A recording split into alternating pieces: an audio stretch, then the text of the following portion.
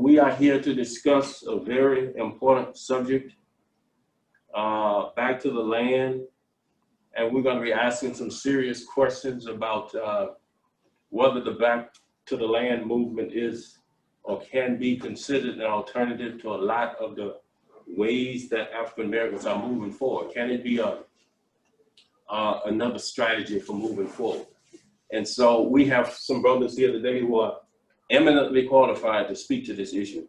I think we have probably a combined total of probably 100 years of experience of organizing, community organizing, protest tradition. I mean, everything you can think of, you have it right here at this table.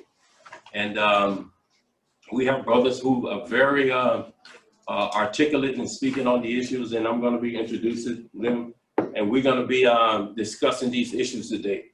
What we're doing basically is pushing a back to the land platform, a back to the land agenda.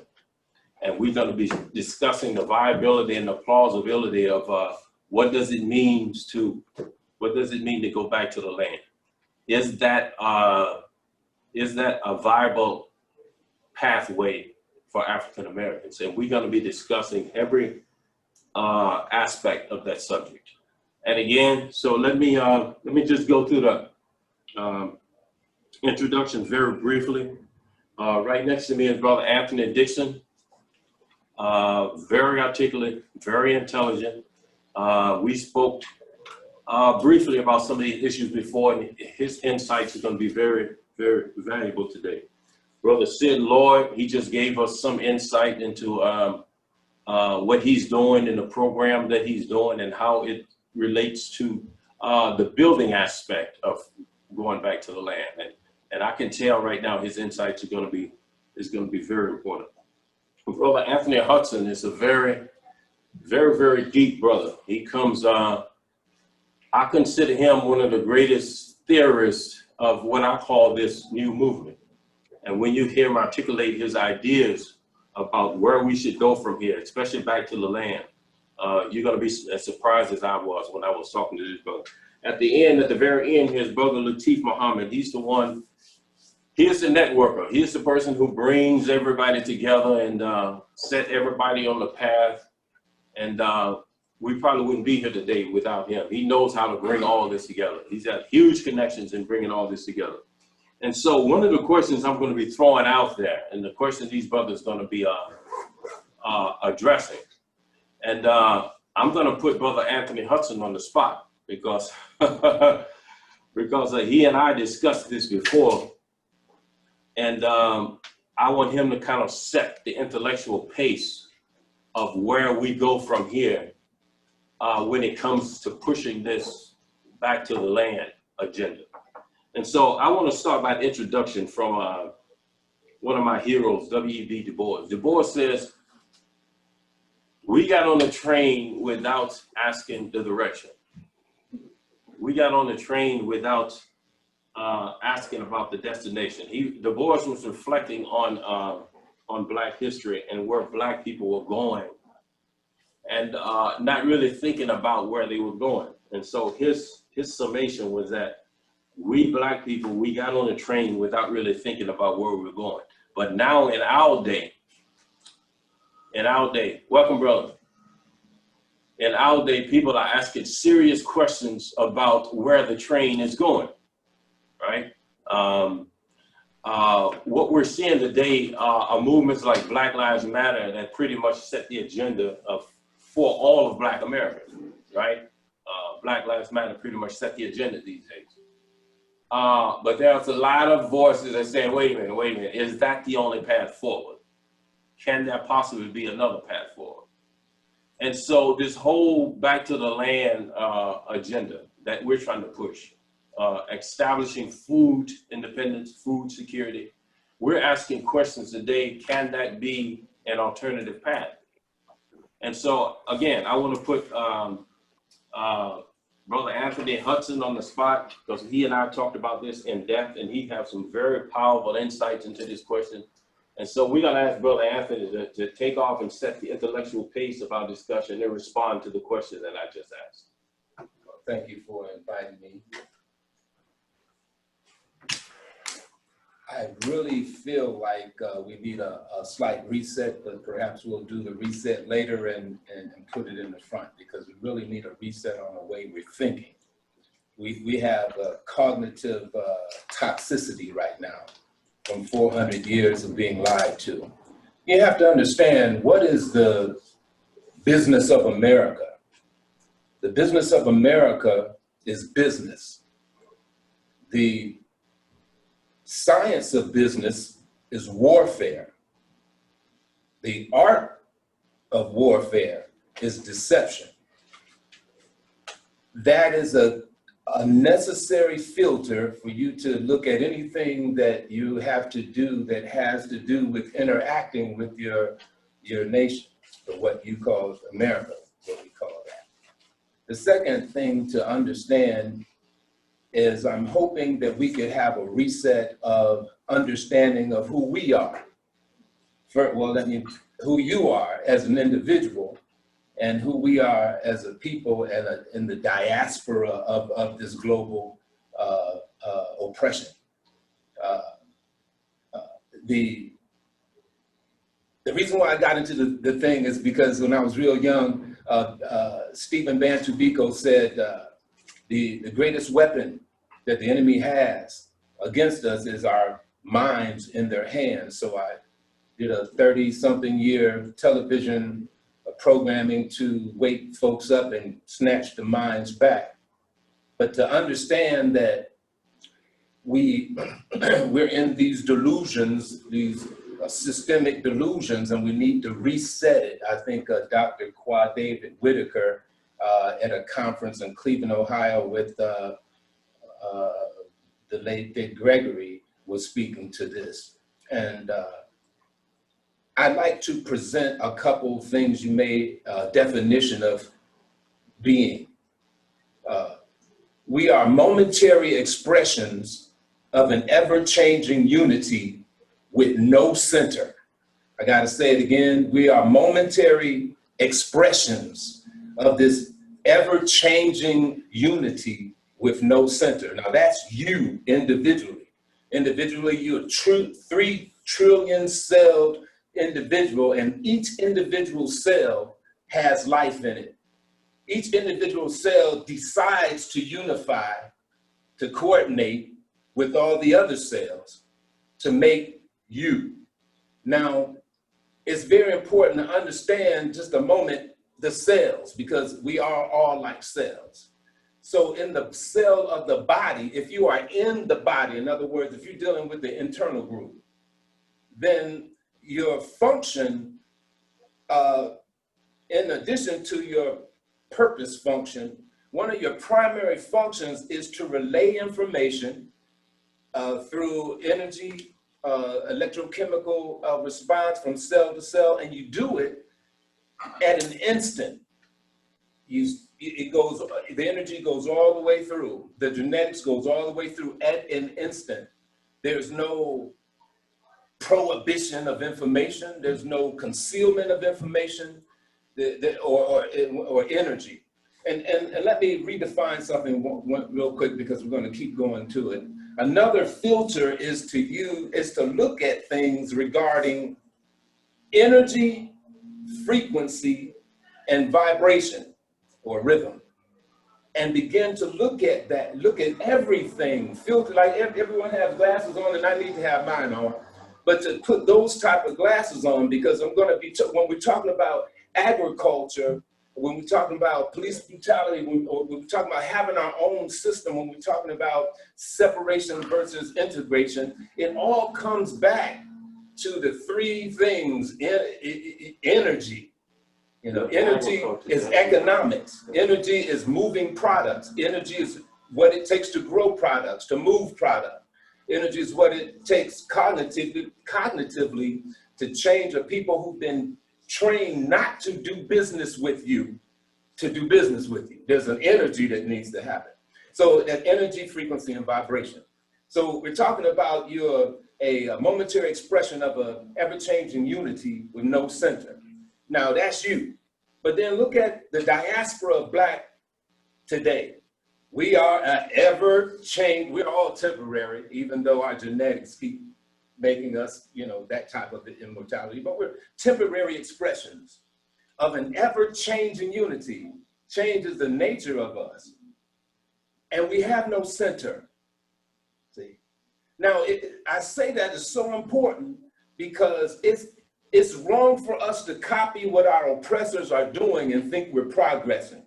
If we develop organizations that's based on just scalar relationships and capitalism, as opposed to altruism and collective economics, collective multiple effects, growing herbs and healing things, whatever we're dealing with. Like I wish Dr. Claude Anderson was here, and I do have his number, but the book Powernomics gives the Marshall Plan for the upcoming, and it includes the agriculture, as if you'd allow me to say, the agricultural world empire. Right, and because if we look at this as even Steve Jobs said, if you want to be successful, think of something to serve the world, something to serve humanity.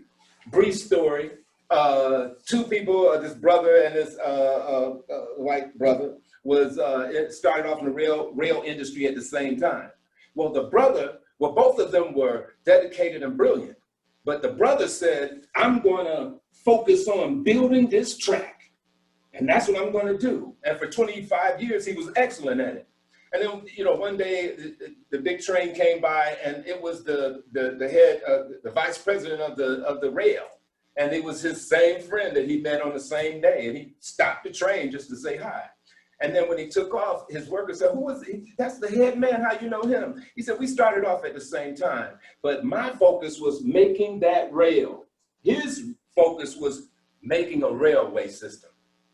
And so regardless where your focus is, we have to realize that we're all interconnected, that we're all suffering from the same capitalistic oppression and the lack of cooperatives. Okay, I ran for office and in Akron, Ohio. I'm sorry I didn't bring my paper. I'll send that to you so you have a copy of it. But it electrified Akron. I didn't know, I'm reading the paper to find out. And they said, the whole time we were talking about time barter, building local currencies so that we can force people to understand we got to deal with our local farmers. We got to deal with them. But the local currency forces you to deal with the people that's right next to you and leans away from people that don't give a damn about you on another side of the planet. Not saying that people on the other side of the planet don't give a damn about you, because people on the other side of the planet can leverage power in your benefit and we theirs. Good example was, of course, in South Africa, the movement to divest from South Africa. I was a student at the time, Rainbow Coalition, first on a nation campus. We said, the big chant was divest from South Africa. But we said, no, don't divest for South Africa. Reinvest in the oppressed. Reinvest in the oppressed farmers. In the oppressed tailors. Reinvest in the oppressed. Boycott is not enough. You got to learn how to use your money, use a multiple effect to increase income among your group. A short example of multiple effect, brother Cephas right there. I'm going to pay Brother Cephas to allow me to do a recording on what we're doing so we can do nationally. So I'm going to give him a little $100 gratuity and allow me to take my drones and stuff, fly over his property and interview him. Okay. Then he's going to take that 100 and he's going to pay you, brother, and he's going to pay brother for your expertise. Not going to waste the money and go buy some chicks. He's going to pay you for your expertise. You then going to pay this brother for your expertise, and it goes on down the line. It was just $100, but as far as income, $1, $2, $3, $4, $500 was generated, and it's no magic. The real magic is the sorcery of the dollar bill. It's a fractal system.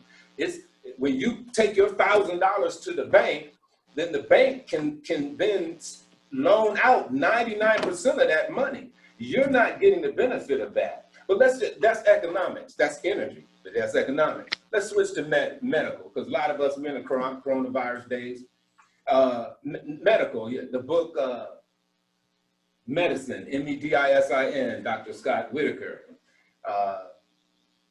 points out that this is not a healthcare system. This is a managed death system.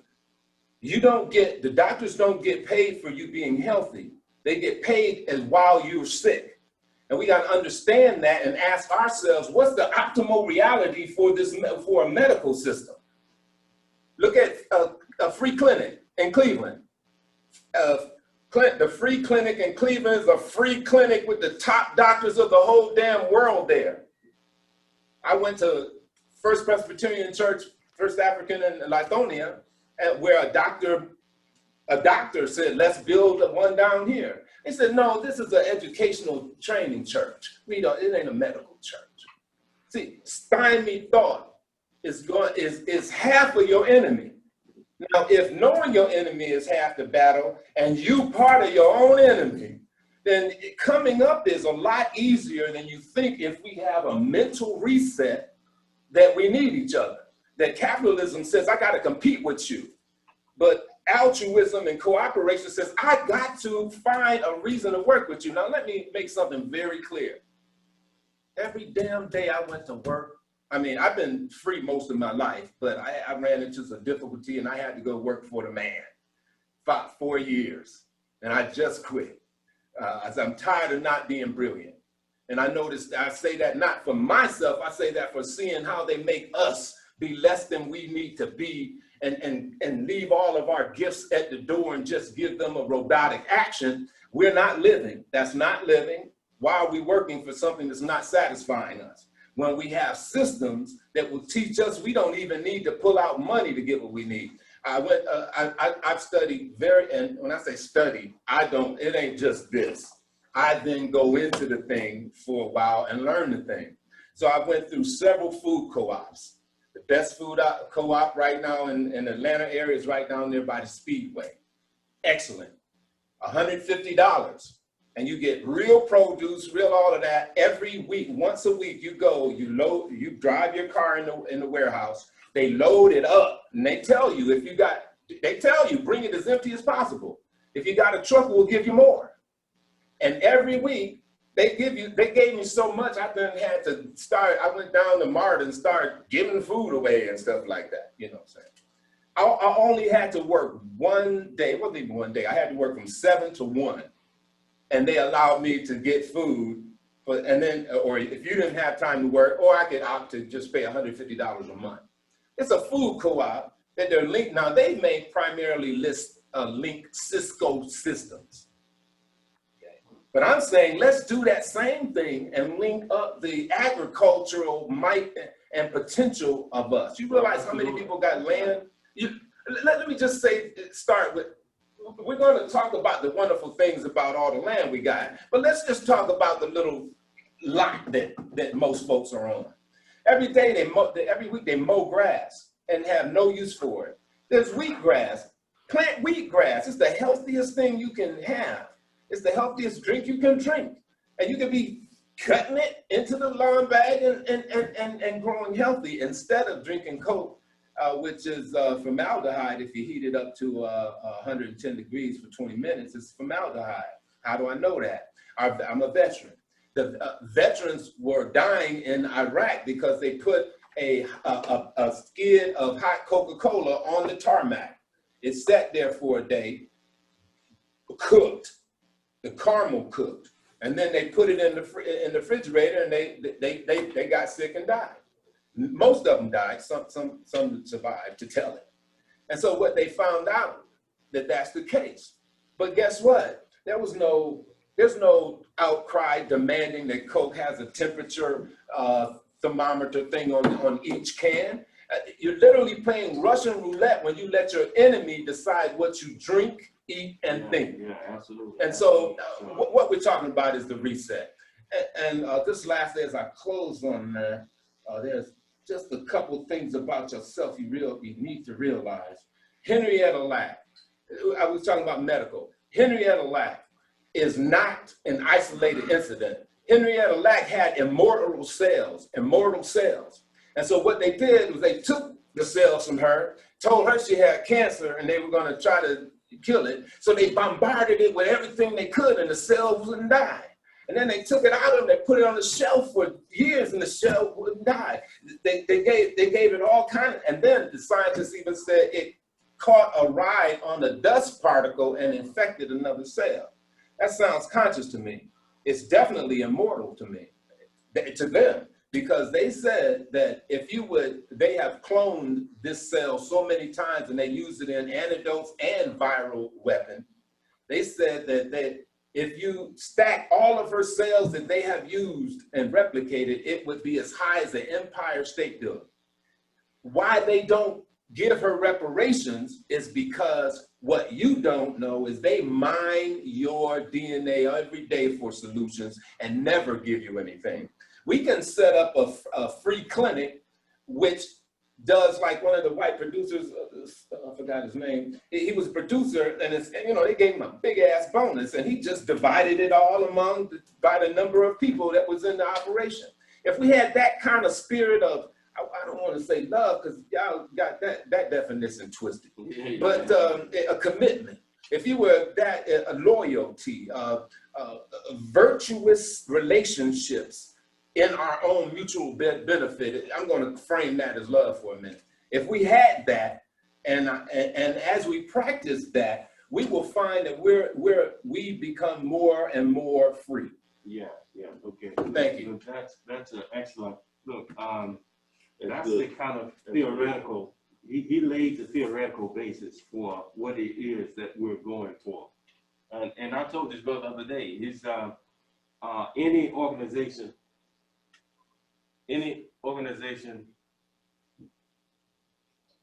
running out of time. Any organization needs both the theoretical and the practical. Yes. And this brother is excellent. Is laying the theoretical foundation. Look, brother Anthony, I want you to respond to this. Look,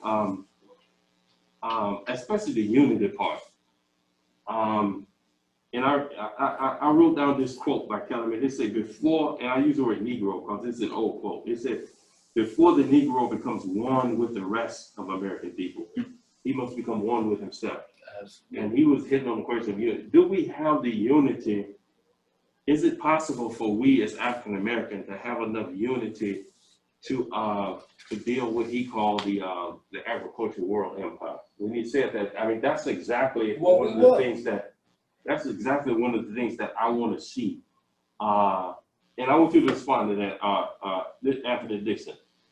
Is it possible for us as African Americans to have the kind of unity where we can build not just an agricultural world empire, just say a large food market here in Atlanta. Say, what if we had our own vegetable market here in Atlanta? What if we can, as he said, control what we eat? Instead of allowing Coca-Cola to tell us what to drink, is it possible for us as African Americans to have enough unity to come together and build this agricultural empire that we ourselves can decide what we eat instead of allowing the corporation to decide what we eat? How would you respond to that? And I'd say yes, we can.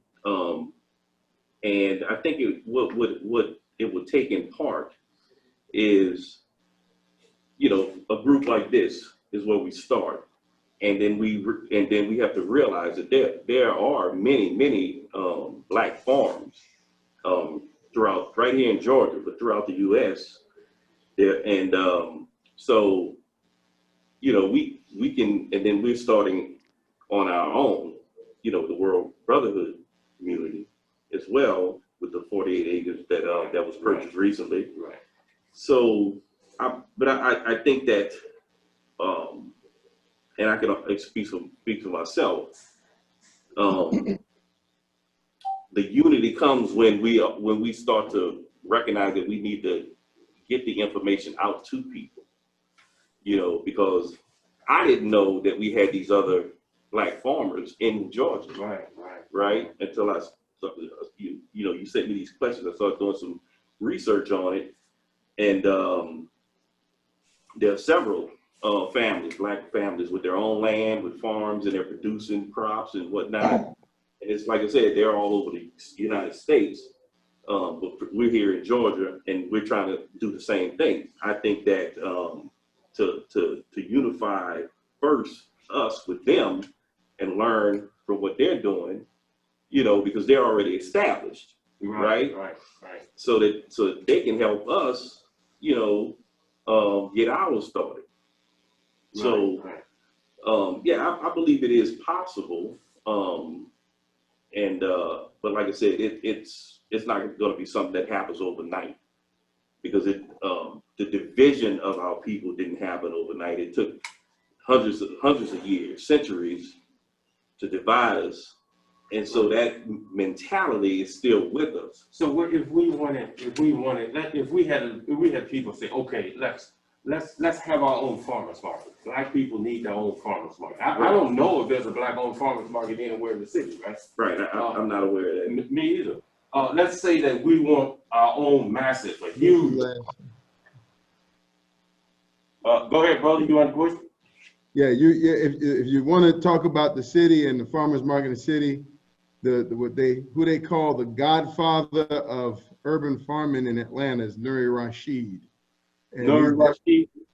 If you reach out to Brother Nuri, he'll let you know everything. He's the one who basically orchestrated the structure of Georgia Organics, and he also helped to create the laws in the city of Atlanta that even allow people to do urban farming in their house at all. Because before he started working, you couldn't even collect rainwater. But What's Brother his name Nuri, again? Use that name again?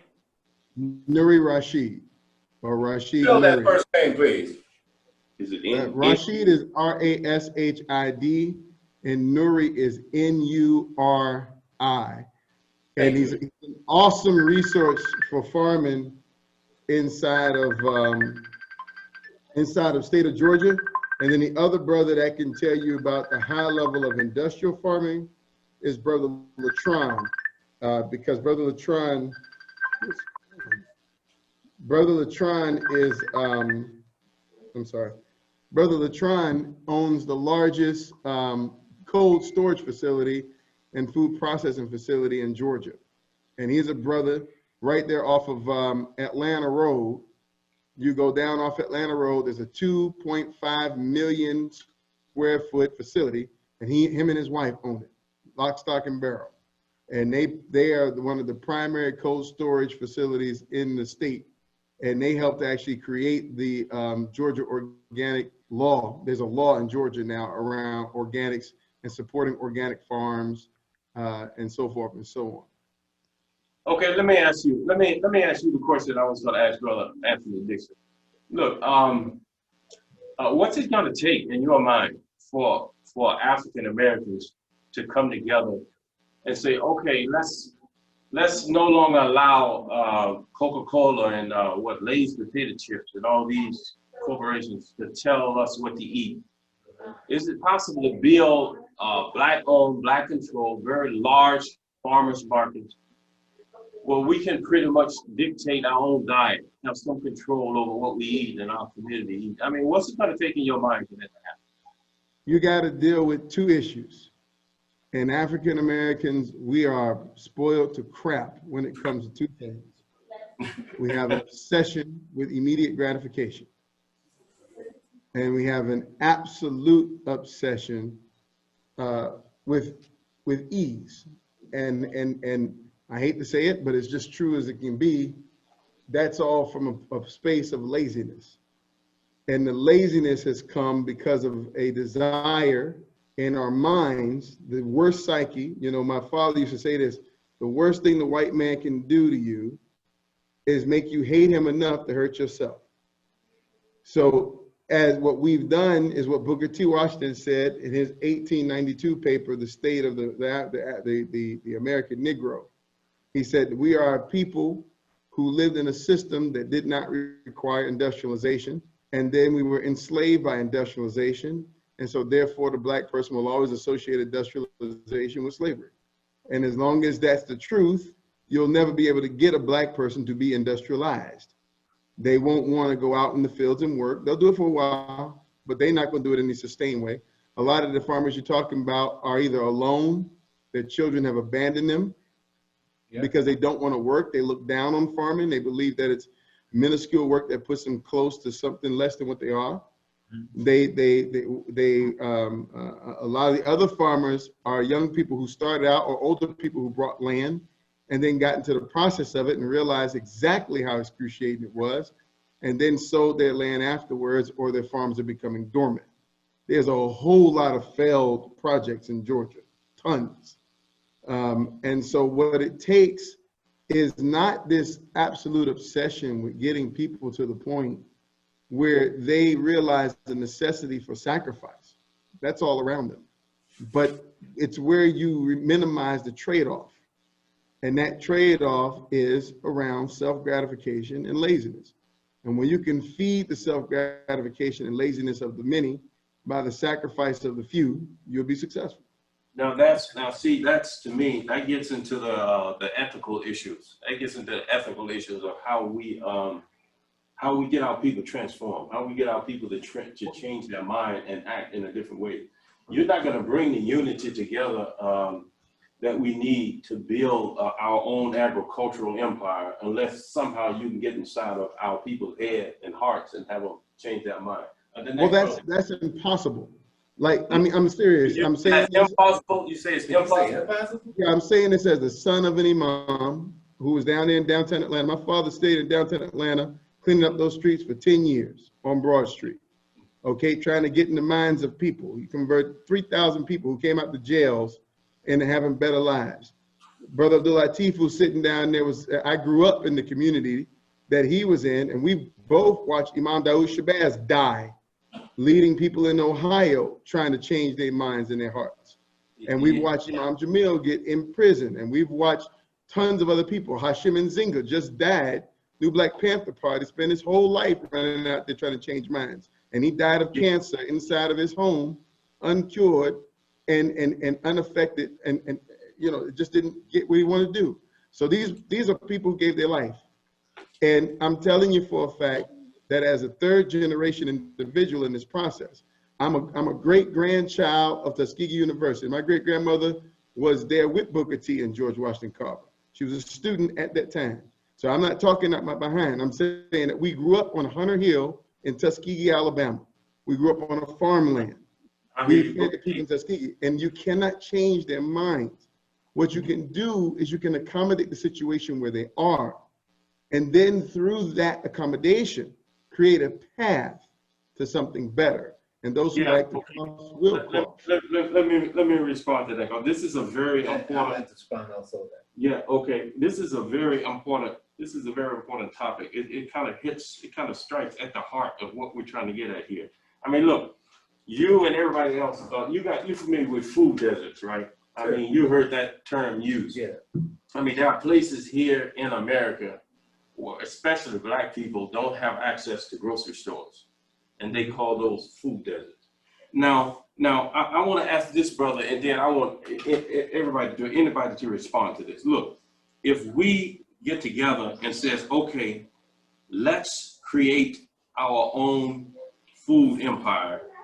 Let's create our own food market where we can address, let's have an umbrella organization that can address some of the practical problems of food deserts. Let's do that by bringing together our own massive market that we control ourselves. Okay, what are the practical steps? What does it take for us to get there and create that for ourselves? What are the obstacles that are preventing us from doing that? Anybody? I like to, these questions are valuable. I like to have some follow up, right? Because what you introduced into so much work is being done and has been done. So I like to bring that expertise on. And I like to, Farouk, introduce yourself, Farouk, please. I don't know, Brother T-Type, but I'm Farouk. I'm calling you guys from Kazakhstan. I'm in Nur Sultan, Kazakhstan in Central Asia right now. And I called in just because Brother Abdul Latif asked me to. We are founders of Freedom Nation and Freedom Village inside Georgia. We own 205 acres of land out inside of Hancock County. And we've been there for a little while now. We are the only Black brick makers in the United States of America. We own our own wood mills in Georgia. We have a lab, a self-sustainable lab and school inside of Atlanta, over in South Fulton, where we teach brick making, we teach house making, house design. We teach, you know, how to cut down a tree and mill it and make your own wood.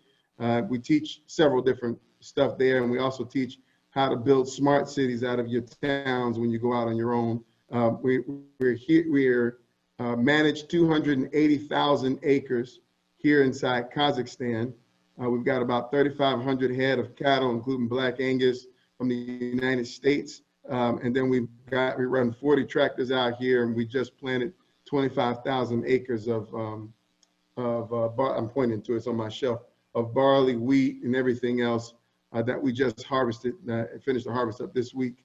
And then we also are building a Freedom Village Cargos, which is on the border of China, which we have 42 acres there inside of a town that's a border town on China, where you don't have to have a visa to cross. The town straddles Kazakhstan and China, and you kind of live in both places at once, but you don't have to live under China law. And we've built a home, what I hope for entrepreneurial Black people to show up in that space and really operate. 75% of all the traffic going from China to Europe and to Africa is coming through that one little pipeline that's just, you know, a stone throw, literally, I mean, a stone throw from our factory, our brick factory there inside Cargos. So brother, if somebody was interested in buying some adjacent property next to yours, how would they do that? And what's the price per acre? What's the price point per acre? Well, what we've done is this, and this is, you know, one of the things that Brother Tivit talked to me about, and the reason that I asked, you know, he said, would you like to jump in? I said, yeah. I actually jumped in and did a live on Facebook right before I talked to you guys, just in case I didn't get to jump in, somebody could go back and watch it. But what it is I'm gonna say this. A lot of brothers don't know how to look for land. They don't know what they're looking for. They think they're looking for these big cleared plots, okay, that don't have anything on them, that are cheap. And it's the worst thing you could possibly buy in your life, right? Because 9 times out of 10, a big clear plot means that they just clear cut it of all its timber. And if they did that, then the roots in the timber, A, are still in the ground. You won't just be able to just start farming it. You're gonna have to get a heck of a tractor out there. A backhoe, regular bulldozer won't do it. To take all of those different stumps out the ground and get rid of those root systems, and then you're gonna have to replenish the soil before you can ever plant anything. So we chose Hancock County because Hancock County has all the things that you need in order to be able to do all the things you're talking about.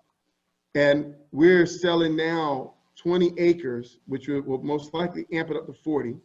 We're 20 acres, because between the time that I did the live and the time I jumped on here, we had 35 people offer up the money to buy the 20 acres. So that's pretty much almost a done deal. So we're offering another 20 acres of our land to anyone who wants to actually purchase it. The price per acre for us is twice as high as it is inside the, you know, buying regular land because of what's there. You know, we have a 3-acre brick manufacturing plant there that we're automating. You know, we have all of our tools there. It's $5,000 an acre.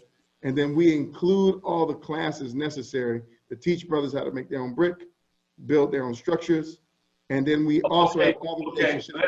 Now that's the question that I want to get at. That's the question I want to stick to today. How do we take that? I mean, what you're doing, I know a lot of other brothers on the same thing.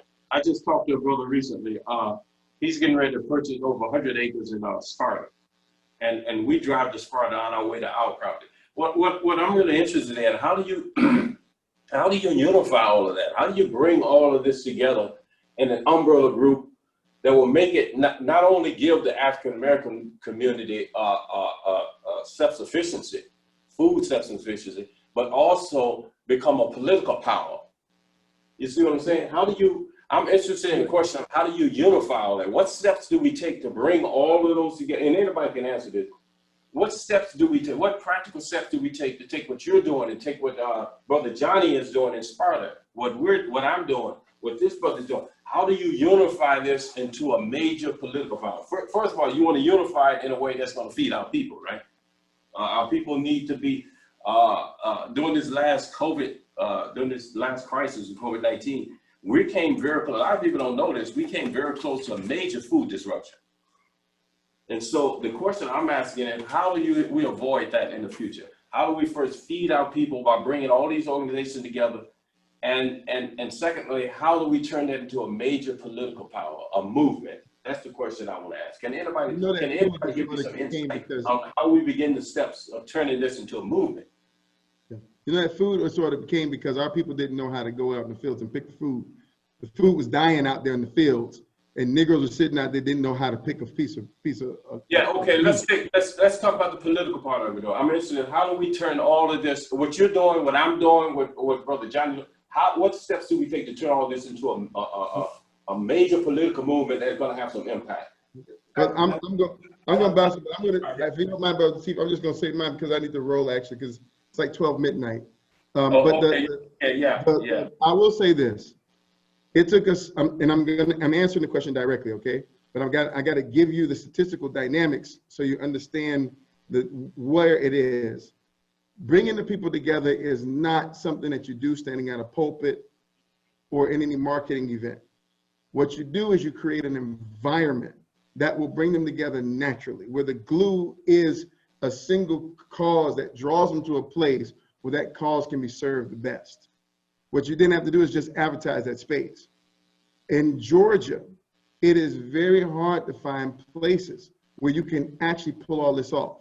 Sparta is not the place to do it. Hancock County is. Sparta is in the middle. So it most likely he's buying 100 acres. He's buying in Hancock County because Sparta is only 1.4 square miles. It's not that big. So you're going to fall into Sisty Hudson, the commissioner down there. Now that's important because Sisty gets elected with 3,000 votes.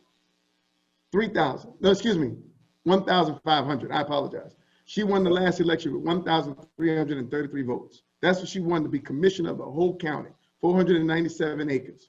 I mean, 97 square miles, 497 square miles. The district commissioners under her, she's got 5. The one who has the highest vote gets 575 votes. The one with the lowest over the district we're in gets 300 votes, and that gets him his office. All you got to do is not like kumbaya the whole thing, let's everybody get along. My thing ain't even got to be like your thing. We don't have to agree on our principles. We just need to agree that we need the power over our life. That's it. That's right, that's right, that's right. And then you move to a place where your numbers will impact the outcome. That's So right. once you move down to Hancock County and you say, I'm gonna buy my 48 in Hancock, I'm gonna buy my 100 in Hancock, I'm gonna buy a 205 in Hancock, I'm gonna do this in Hancock. Just by just natural things, you got this huge movement to go out to the land, you'll control the vote.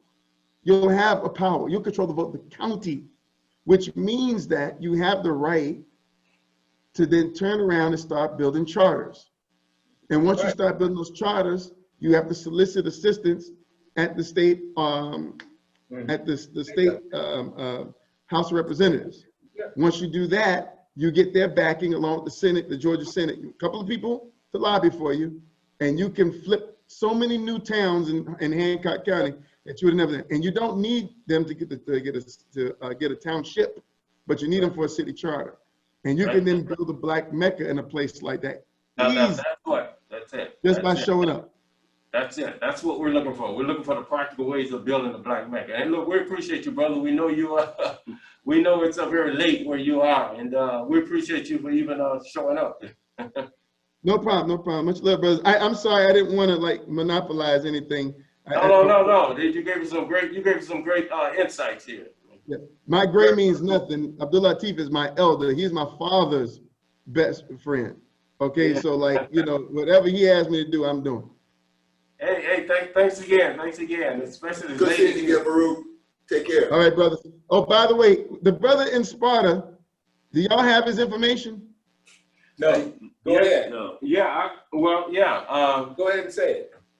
I mean, I have his brother. You mean the brother I was telling you about, Johnny, brother Johnny? Yeah, reach out to me because I'd love to contact him because we're right now. We put the high-speed internet on our property. We had the fiber optic lines run from Comcast 17 miles, and then we built an entire fiber optics. We built a hop there. So right now we're spinning up our towers so that we can give high-speed internet Wi-Fi back to the city in Sparta, so the kids can get on the internet.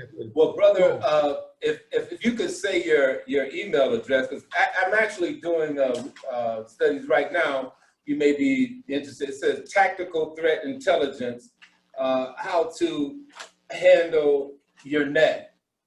I can send you the workbooks on that so that you can get up to speed, so that you know how to monitor the traffic that's coming in the net. What's your email address? Brother Abdul Latif has my email, and he also, I see in his hands, he has copies of the book that we wrote to explain to people the principles of actually doing this type of stuff.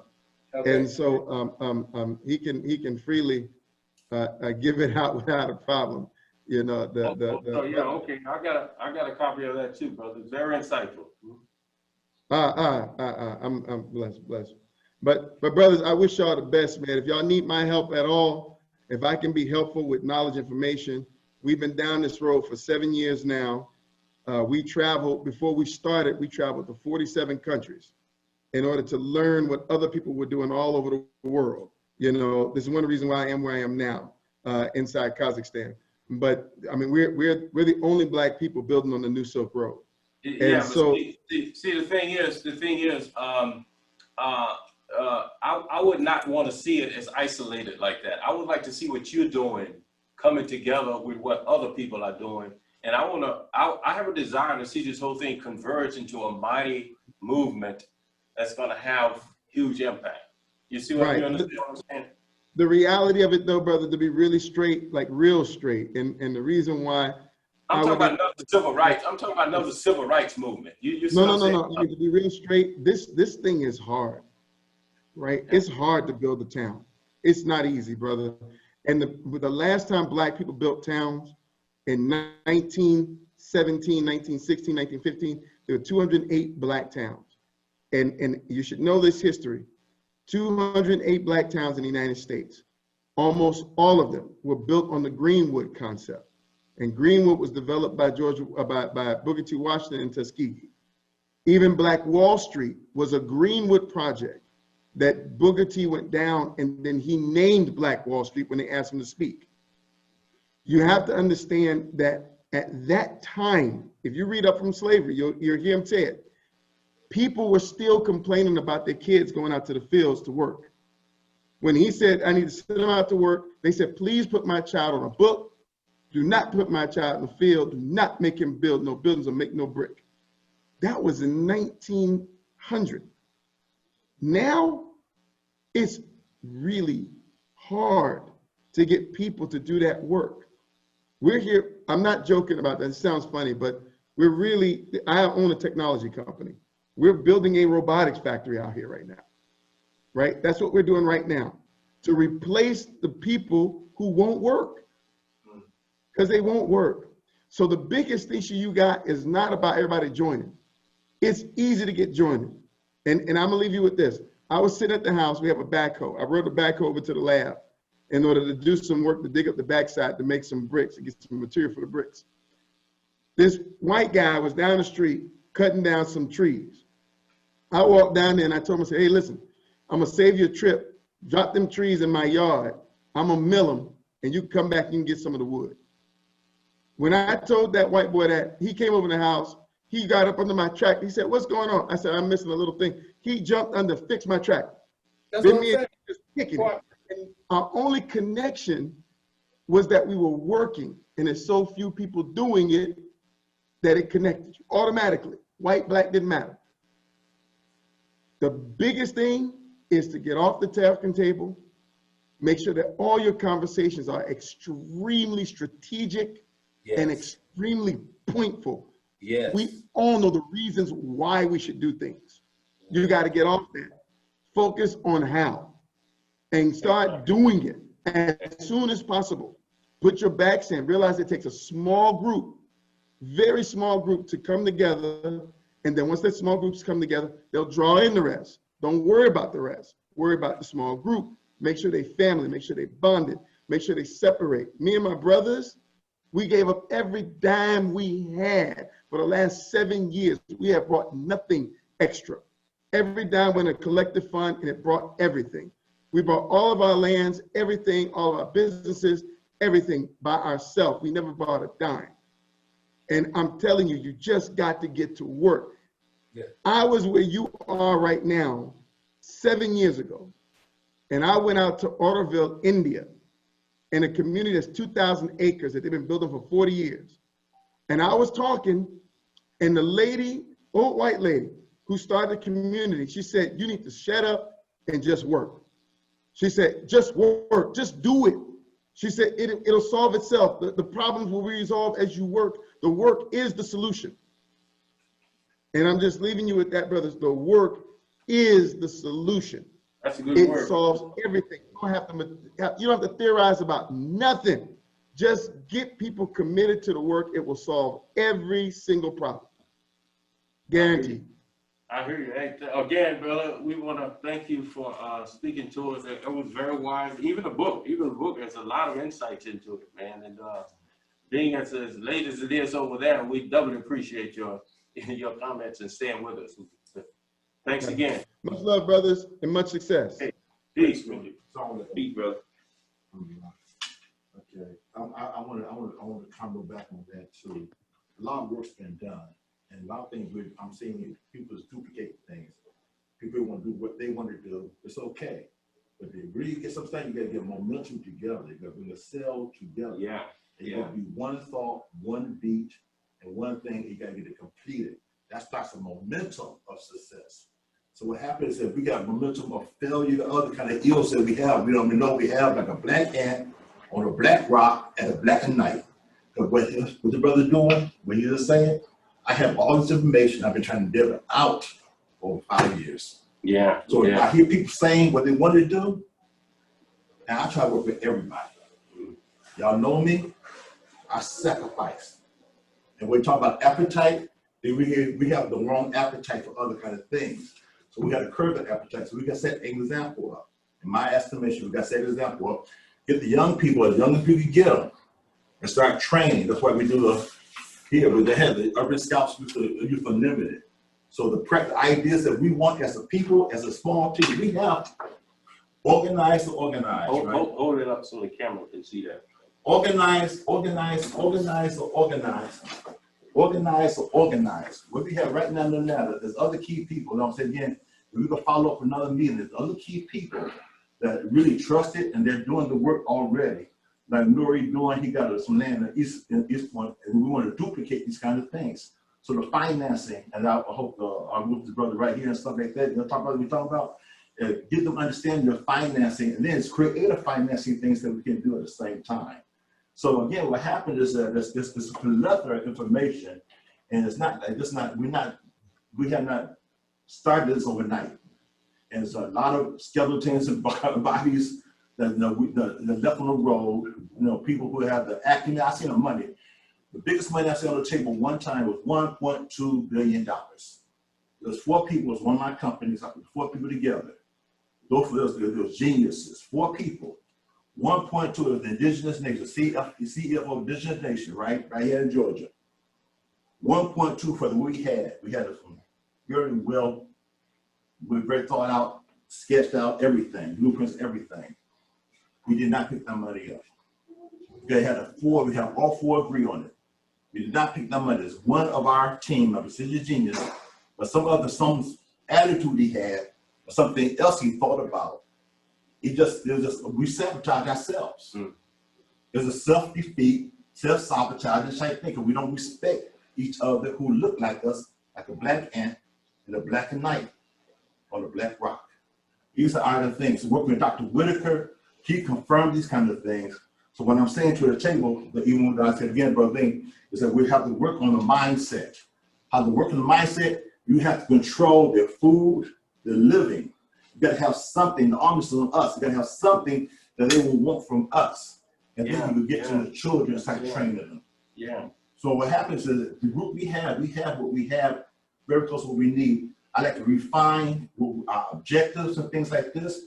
And then identify what we're talking about. There's a lot of resources around us. It's accessible. So what happened is that start building on what we have.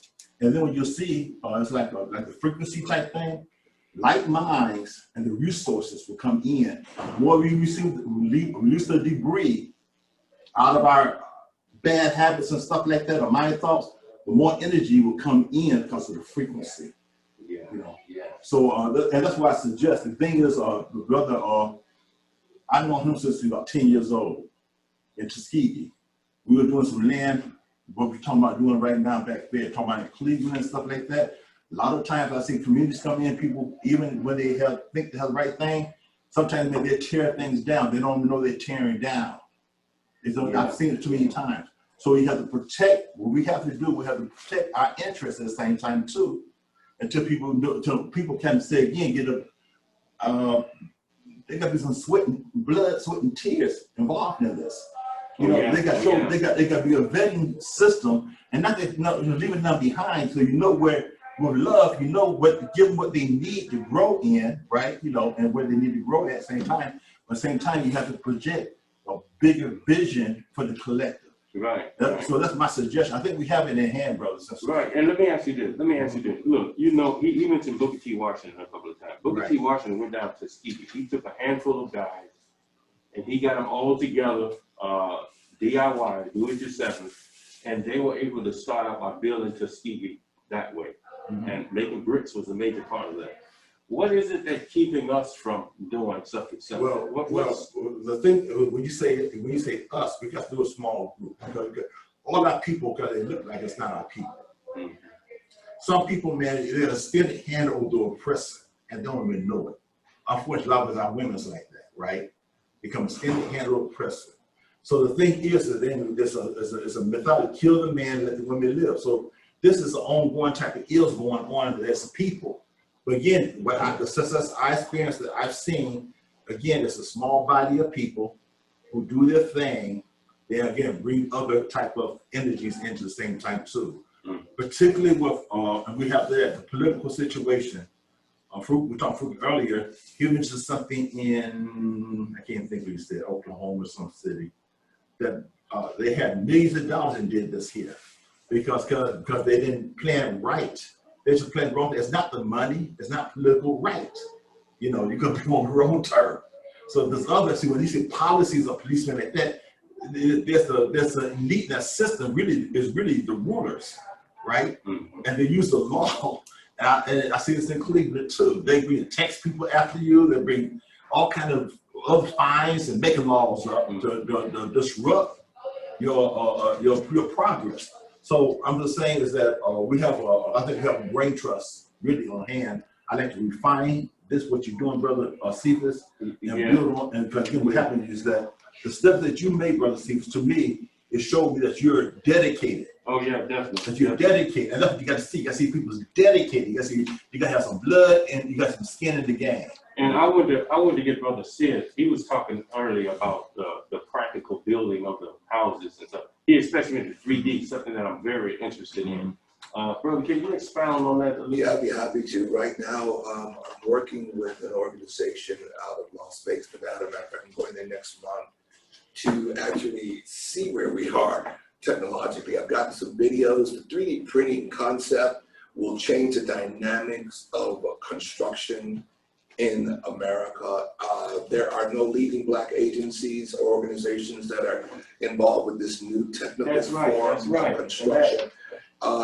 We have to be mindful of the environmental impact that we are leaving and sustainability of our culture with regards to how we will learn to use and leverage the technology that is now controlling our environment, that we are all so much so engaged to, especially now that we're living in the information age, as we're able to talk to this brother right out of, he's over there in another country in an instantaneous moment. But getting back to the 3D printing, the technology is being leveraged by communities that are not necessarily letting us get into it. Definitely. I have been faced with a lot of walls, just being curious about how we can actually utilize and leverage it.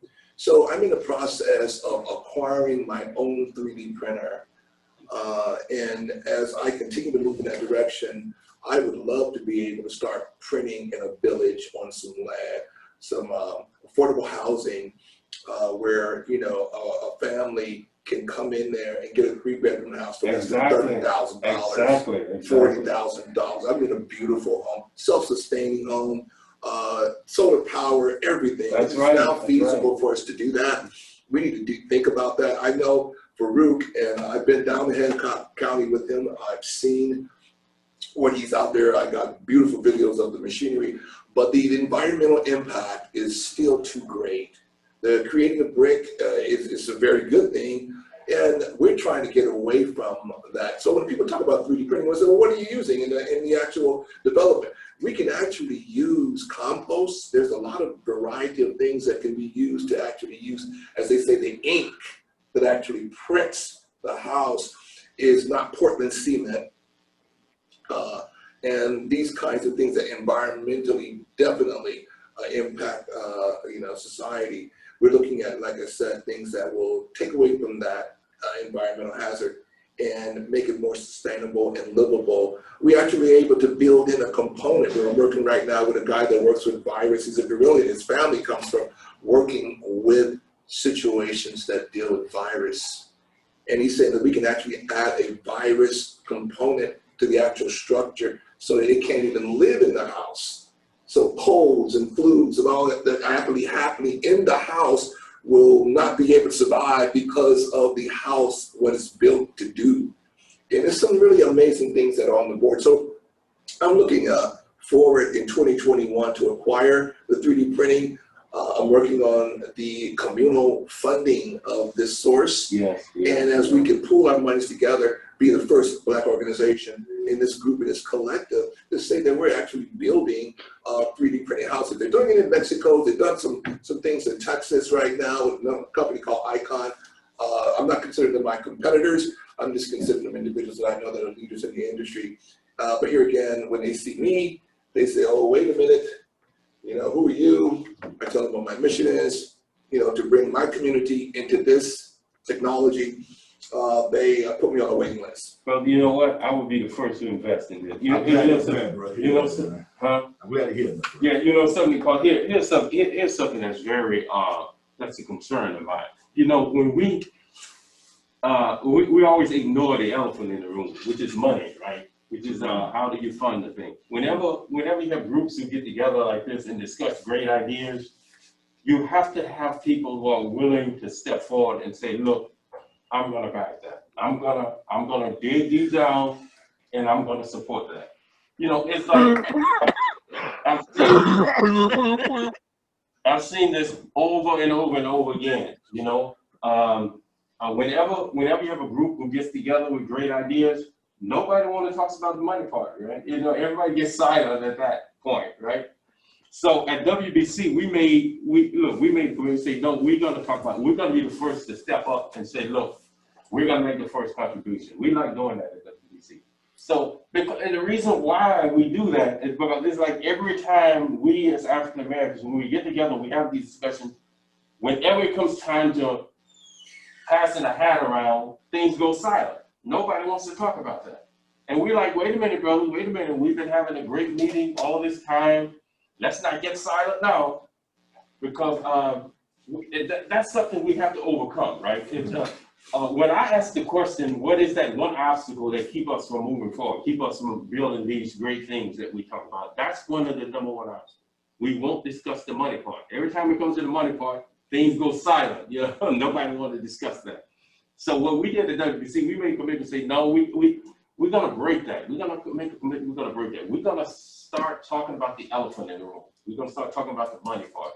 We need to get out of this thing of not talking about the money. So when you bring up an idea like that, which we know is an excellent idea, we know that we can provide our people housing by using this 3D technology. Somebody have to be willing to step up and say, okay, look, I'm gonna help you pay for that and give the first. I will be the first. When you set that up, make sure you contact WBC. We will write the first check. And let me say this. I did do real estate development stuff like that, and you got to prepare people even to be a buyer or participant. So it's a process. It's something that took 6 months or a year to prepare some people. I went in the trenches it's a process. They have to be, again, financial literature, certain habits, other stigmas is attached to that, right? So that's what, again, I started with Green Campus Academy, is that you start with the training process and something else too. So we don't think business a lot of times when we make presentations. Yeah, yeah. See, what he have right here, everybody have this called unique selling proposition. Something different than anybody else have. Right. Solution, they agree with that solution, and you make it accessible and affordable for a target market, right? You go to a psycho-demographic target market, right?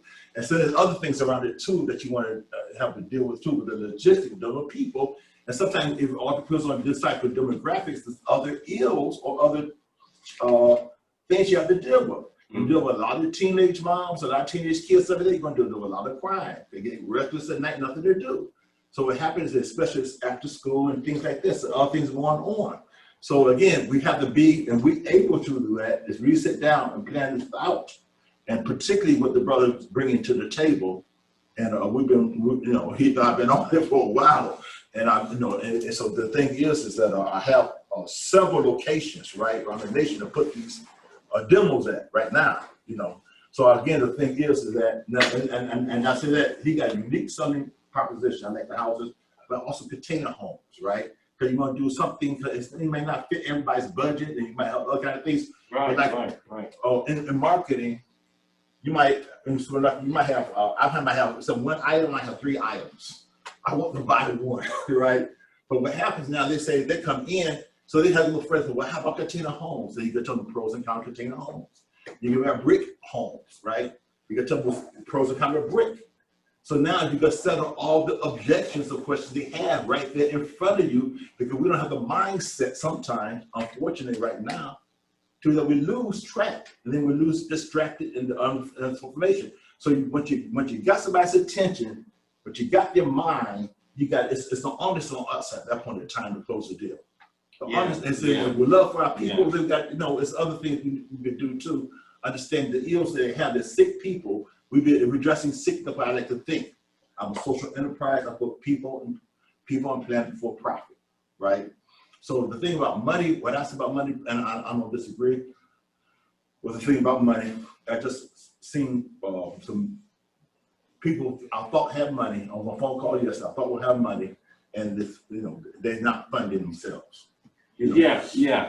And I definitely get your point. And what I want to push is kind of a new attitude when it comes to money. I want people to stop being silent when you see an excellent program like that. And I've been looking at 3D for a lot of years now, so I know the viability of it.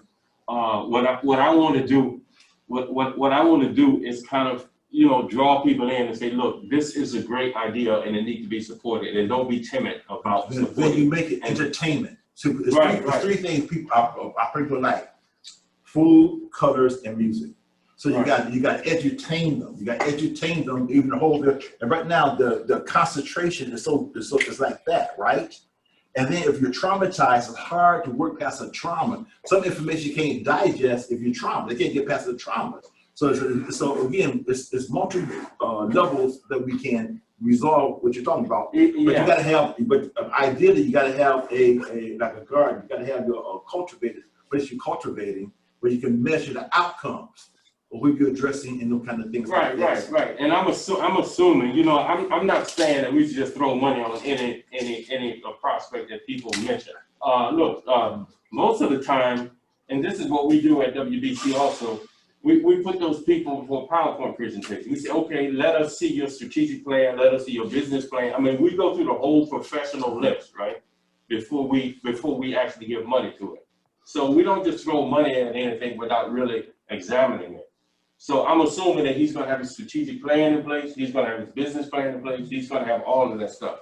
But after that, then I think we as African Americans, we should adopt a new attitude towards money. We should be silent at the end. We should be more sacrificial and giving, because I think that's one of the obstacles that keeps us from realizing a lot of these visions that we have out here. And a lot of that, if I may, please, because you've been hitting on it, you've been going around it, and you talk about it, and you speak to the point where there's an understanding that the unification, in my estimate, of our people is that we need to have a system, but more importantly, a currency, and as this brother mentioned here, an energy That's right. that That's right. unifies us. That's right. That's it. So, That's it. what would be that currency? We need our own currency. You talk about bringing our people together. What would do it if we had our own money? Yes. Yes. We don't. And the money that is system that is in place, as Farouk talked about, fractional banking and the dollar bill, it is now in decline. You know, a lot of people are not aware of this. They're not talking about it. It's not a conversation nobody wants to engage in right now. But technologically, there's new currencies being created. We have in my community, the Black Secret Savings Society, we have a system who's a data scientist who has actually created a digital coin. Mhm. If all our people are using the same digital coin, guess what that means? We are unified now. Yeah. What will unify our people is our own money Yeah. that represents us. Now, that's not a far-fetched concept, okay? This happened before, but it's always been taken away from us. Muammar Gaddafi. Okay, Yeah. so they killed Muammar because he was trying to do that in the great African nations of community, trying to bring this together under the gold currency. But we have the digital currency, which is more fungible, easy to move, and rapidly. I can walk around with $10 million, which I do in my mind, you know, on a USB port now. You can do that. Bitcoin technology, cryptocurrency technology is a conversation we need to embrace. But not only that, activating our community. Right. We bring our people together because, we're using the same currency. You're a brother. Yes, we are using this as a way to move money. This is another conversation we need to have because we cannot miss the opportunity. We can't be slow to the table. My whole life, well, I won't say my whole life, for the last 20 years, my nonprofit where I've been to Washington, where I was the first one to even speak about broadband technology. A lot of you, I will speak to this, and people will say, you didn't do that. Yes, I did. The word information superhighway was a term I coined. When I was in Washington, D.C., Al Gore's people, when I was speaking before HUD, heard me in a meeting with my nonprofit at that time, which was called MindLinks. We were bringing broadband technology to disenfranchised populations. We were the first ones to even have a concept of taking computers and refurbishing them and actually letting people be a part of that. We had an opportunity to actually go into 5 Indian reservations and bring broadband technology to their school. I had 2 training centers, one on Roosevelt Highway and one in downtown Atlanta at the old Sears building, which was then City Hall East at the time, City Hall downtown. Another story, another subject. But my point being, if we embrace technology, but we're not leveraging it. Yeah. We use it to entertain ourselves. Yeah. Okay, but we're not using it as we should use it. My point is, we have to embrace the new concepts like 3D printing. Yeah, absolutely. Okay? Absolutely. But also this cryptocurrency, we cannot escape that it's going to affect us. There are other nations that are moving on it. The United States is dragging. So because this is this appropriation right here, we as Black Americans can step into this, then become a part of this and start trading with other countries when we start moving products, goods, and services via digital currency, which is not governed by government or taxed by government. Brother, we definitely need to have a conversation on that. Yeah. On that conversation, I suggest action steps. Yeah. But these things is something we can do right now on a scale, on a controllable scale right now, and communicate. You know what I'm saying? That's right. That's right. Let's do basic. The next time, let's talk about the practical part, how we can put that into action. But I wanted Brother Anthony to kind of close out. We got like 8 minutes left before 3 o'clock. Can you kind of summarize everything today? And I want to say too, that was an awesome grand idea. I've been hearing about the cryptocurrency and the development of it, Bitcoin and whatnot. And I believe that and because it's not taxed, there's no government can tax it and control it. It's technology based currency. And I mean, man, it's perfect in that concept that you just explained there, man. It's perfect. It's perfect for what we need as far as a currency for us and our people. So, bringing it on around, I think the Or is execution. It's time to execute on these ideas and plans that we have. You know, we have these visions, and it's time to just get moving on it. You know, like Brother Eddie said, you know, we're ready to, you know, jump in this thing. Being with like-minded brothers and sisters, you know, and talking about this thing, man, this is absolutely amazing. And we need to do more of it, but I think the execution is what we need to start. And that's what I was saying earlier, we start with a small group and not worry about the bringing others in right now, because, you know, you're going to have them trickle in as you go, but the nucleus of what we have right now, we need to start making the move. And then once we start making the move, like brothers Farouk said, then people will start coming in, you know, on that. And then, so the point I was making earlier is, because what we're trying to do, and what we're going to do, we don't have a whole lot of experience on as far as the developing that land for farmland to produce our own food. We have to gain the expertise from these other folks who've been doing it. I would add on what we do. We do have experts like that. I'm saying again, what happens is that sometimes even to get too far in the conversation, try to get that different mindset. Yeah. I can't tell you this is what I do. Oh, yeah, absolutely, absolutely, and that's basically what I'm saying is, right. You know, we already have that in place, so right. we can use that expertise to build on. And like I said, and the will. Yeah, the brother made, yeah, he got people. I got material. He went my white paper. He not only looked at it, he digested it, right? You know, he digested the freedom principles. He digested it, right? Yeah. And then he acted on it. That moved. That really, because I'm very selective. I don't know. I'm very selective where I put my energy at. You know, because again, it's a dangerous time, and we only got so much we need to get things done. Yeah, right? absolutely. Yeah. And brother, I hear you all the time. You say you need to get things done. You want to see it. You want to see it. Again, it's happening. The thing is that's why we have to say it again. Put it in and make a sample of it. Of what's happening. They can measure it, right? Yeah. Because then you know the numbers on it. You know what it takes like that. They can duplicate this prototype. I have somebody in upstate New York doing 200 acres of purchase. They want to duplicate it right now. Another problem we have, they look ahead. There's nobody to work it. So again, we got a camp right now to train youth right now, cross-train them. Again, we can put a youth court out and develop these kind of lands. There's another method too, they're very creative too, that we can identify lands out here already and make it productive enough. $1/acre land, we can bring in $200,000 right there. So we could bring, so we'd be an asset. The land already there, not purchasing land, or just partnering with that. But again, I want to further these particular action steps out. You know. Yeah. I'm sorry to interrupt you. No, but time is becoming a thing, and I need to get on. Right Okay, now. let me But before, but one thing, I'm sorry. I want to comment on what Anthony said. He said something that is essential about the inner circle, what we're establishing right now.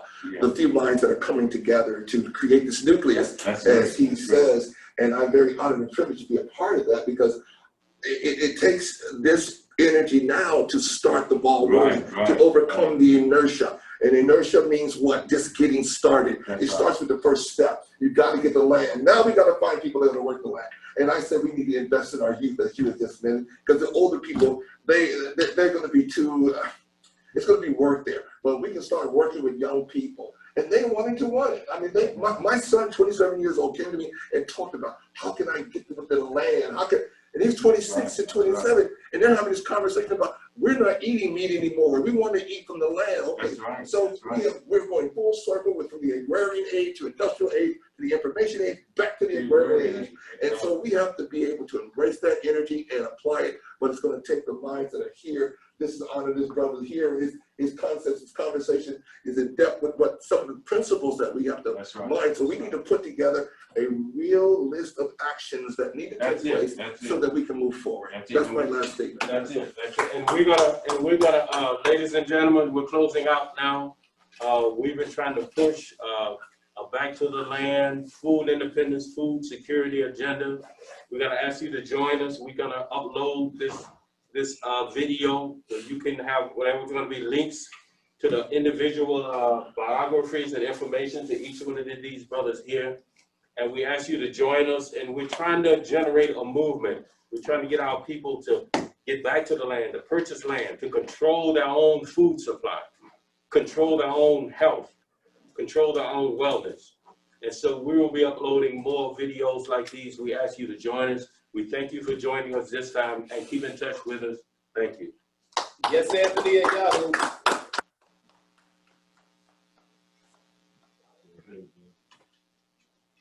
If you can schedule, it's okay with everybody else, brother, keep it, schedule before we leave out today and make it for another follow-up. Definitely.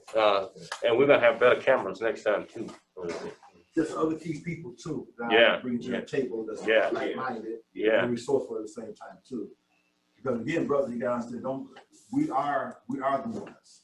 I like that inner circle. I like that inner circle idea. I was in the restroom with Brother Anthony talking about the inner circle, but that's really where it starts. Yes, he definitely relayed the importance of that, and I'm very grateful that he hit on it. And it starts with these dialogues and these kind of conversations.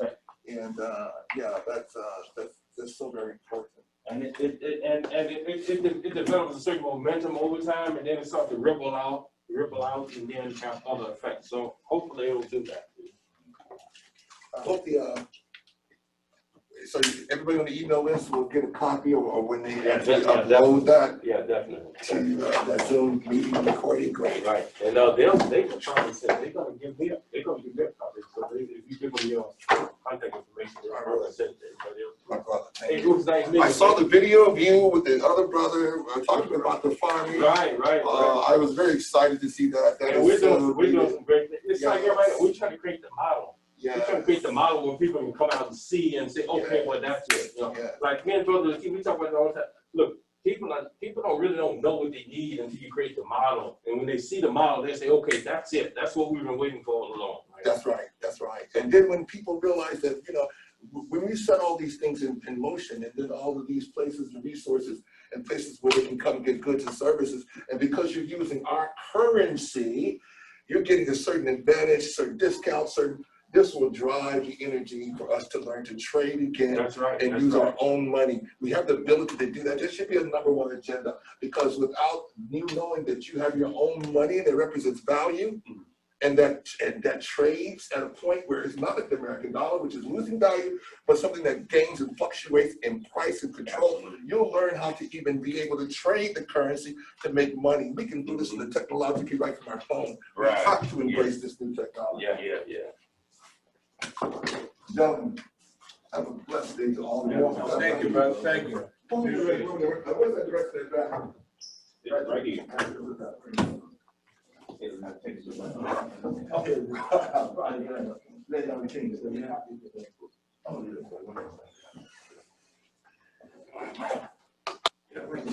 think about the 3D printing, and I was just reading up on that, and they're using a hempcrete, or there's such a thing called hempcrete homes made totally of hemp. Hemp, they're going to tell you on this land and things that are available and stuff like that. That was other conversation. There's another conversation where they talk about what to grow on the land, what's the marketing look like, some kind of things too, right? So that's in place too. We got some lot of things in place already that you don't have to do a whole lot of repeating again. The process, right? The people that dedicate themselves to it. So the thing I'm just asking is again, what you're doing, brothers, I appreciate what you're doing like that, man, that you keep this momentum going. And the things I could do, man, I just want quality insurance, but I'm not. That's right. It's sustainability. Being able to be sustainable, because it happens like that. Because you could run out anything energy. Can you have brother look up for one moment? Just let me get this one shot, please. Unmask for just 10 seconds. So I can have this very much so much. Please, one more shot there. All right, good enough.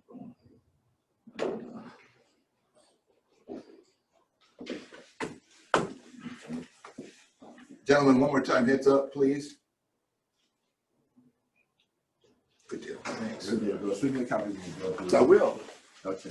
So brother Sid, I really, he's very rare. That brother's very rare. He's very humble and very rare. And about financing and cryptocurrency, I heard him when I explained it and stuff like that. Yeah. I knew his benefit, right? And the benefit, and like that, all of us right here, you gotta understand, we're super people, bro. You know, like that, we off the chain. So we got to believe it and we got to work as the one. Then quality of work and people duplicate that. You know, also too, I like what we talk brother too, because it's the youth training. I think we should start that process ASAP. You know, let me say this, Ryan. I bought my first cryptocurrency coin at $973. Right now it's valued at almost $200,000. Yeah. I never even thought this would happen to me. I see it go all the way to $20,000. Right now I'm mining currency. Yeah. With this sister who's a black data scientist who already has her currency coin. We already have a coin our people can use. All you have to learn a little bit is how to use a mobile wallet off their phone. And they can actually move money between us. We don't need PayPal, we don't need Venmo. We need to be able to claim that, leverage that, and utilize that. What will bring us together is our money, our own currency, nothing that is controlled by a government. Right. And we're totally able to do this anonymously. I'm mining right now. What does that mean? I'm making money right now. Yeah. Okay? As we speak. What a wonderful feeling. And you all should be able to enjoy it. Yeah, right. Absolutely. And we're going to have that conversation. Definitely. I'm a caretaker. I have an 84-year-old mother that's waiting on me to come and take care of her. My nurse is leaving. Mother, peace and love. All right, gentlemen. Lateef, peace and love. Okay, I'm walking out, bro. I'm walking out, bro. Okay. Your brother's talking, please. You bet. Yes, sir. Awesome. Now let me go retrieve that video. Now appreciate you guys. Okay. See how they gonna do You that. said she's gonna give you a copy or email it? How's that? She's gonna give me a copy. She just exact. I'm gonna talk to her now. That's great. Make sure you gotta get a copy of that. Okay. Brother, Andy, you need a hand with it? I'll make 2 trips, but thank you. I sure? appreciate it. You Yeah, don't mind. I hear you. It's okay. I can make 2 trips. Okay. That's it. Thank you.